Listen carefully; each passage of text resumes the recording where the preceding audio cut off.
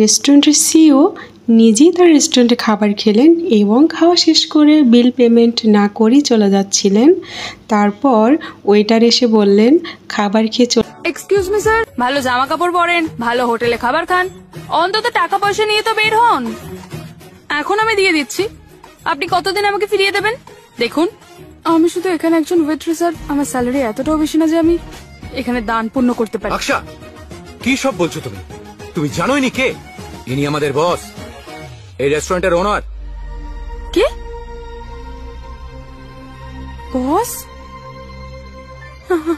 I am so sorry sir. তুই যাও এখান থেকে, পরে দেখছি তোমাকে। কিচেনে গিয়ে রান্না বান্না গুলো দেখো। Sorry sir.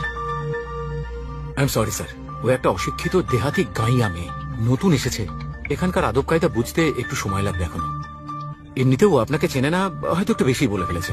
আসলে জানেই না যে এসব জায়গায় কিভাবে রিয়াক্ট করতে হবে, কিভাবে কথা বলতে হবে। আমি এক্ষুনি ওকে চাকরি থেকে বার করছি sir. Excuse me young lady, আপনার কথা শুনে আমার ভালো লাগলো। ভালো কাজ করেছেন, আর আপনার কাজের প্রতি আপনার কমিটমেন্ট অসাধারণ। রাকেশ, ফাইন্যান্স ডিপার্টমেন্ট থেকে 30,000 টাকা একটা রিওয়ার্ড ওর জন্য। Okay sir.